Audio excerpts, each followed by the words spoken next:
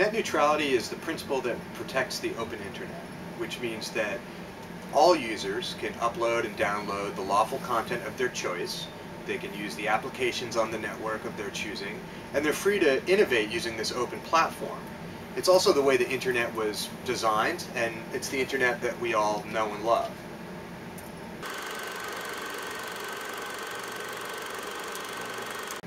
Net neutrality is really important to musicians because it allows them direct access with their fans. They can use the internet, which is an unprecedented tool for communications, to keep their fans updated on tour dates. They can communicate with them on Facebook, MySpace, what have you. And also they're able to build digital storefronts on their own sites and really kind of conduct every aspect of their day-to-day business using this powerful communications tool that is the internet. And the best part about net neutrality is that it actually allows them to do that without having to ask permission or go through a gatekeeper. And the internet service providers, the ISPs, the people that provide your internet connection, would like to charge content providers, again, this could be musicians, a fee for the faster delivery of their sites and services.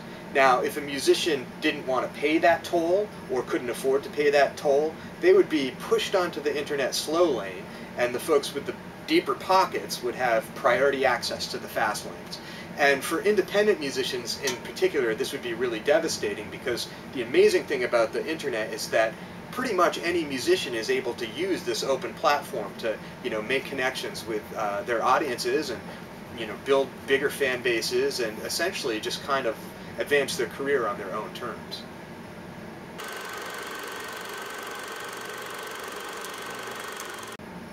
Future Music Coalition has been keeping a close eye on the net neutrality conversation for quite some time.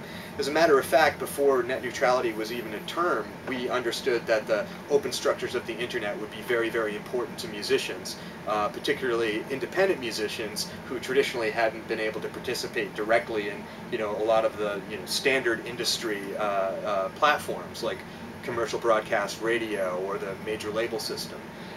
In 2007, we launched the Rock the Net campaign with a bunch of really amazing artists, OK Go, REM, Pearl Jam, Ted Leo and the Pharmacists, Kronos Quartet, Boots Riley from The Coup.